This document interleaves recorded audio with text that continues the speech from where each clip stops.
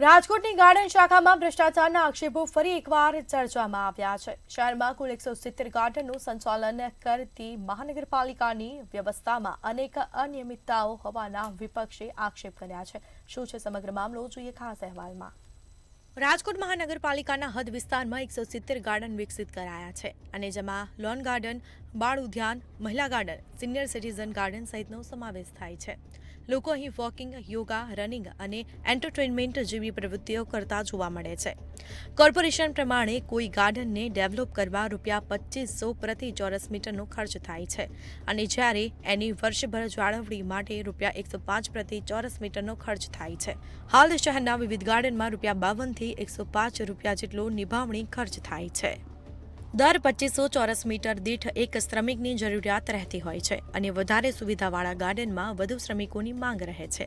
આ તમામ શ્રમિકોને એજન્સી મારફતે ચૂકવણી કરાય છે। હાલ રેસકોર્સ ખાતે ગાર્ડન અપગ્રેડેશનનું કામ શરૂ થયું છે, જેના ડિઝાઇન અને કામગીરી બાંધકામ શાખા દ્વારા નિરીક્ષિત કરાઈ રહી છે અને જ્યારે વિપક્ષના આક્ષેપ છે કે એજન્સી મારફતે જેટલા શ્રમિકો દર્શાવવામાં આવ્યા છે એમાંથી મોટાભાગના શ્રમિકો કાગળ ઉપર જ હોય છે, સ્થળ ઉપર હાજર નથી।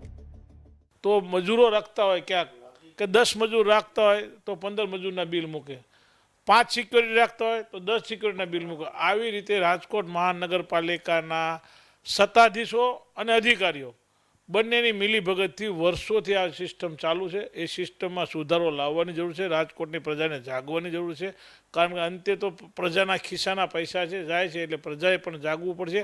જગ્યા જોઈએ તો અંદાજે 2500 ચોરસ મીટર એરિયા મુજબ અંદાજિત એક શ્રમિકની સરેરાશ જરૂરિયાત રહેતી હોય છે અને એમાં પણ માનો કે જે ગાર્ડનમાં સુવિધાઓ વધુ હોય એ ગાર્ડનમાં પ્રમાણમાં શ્રમિકો વધુ રાખવાના જરૂરિયાત ઊભી થતી હોય છે અને અમુક જે ગાર્ડન આપણે વૃક્ષારોપણવાળા પ્લોટ હોય એ ગાર્ડનમાં પ્રમાણમાં શ્રમિકોની સંખ્યાની ઓછી જરૂરિયાત રહેતી હોય છે।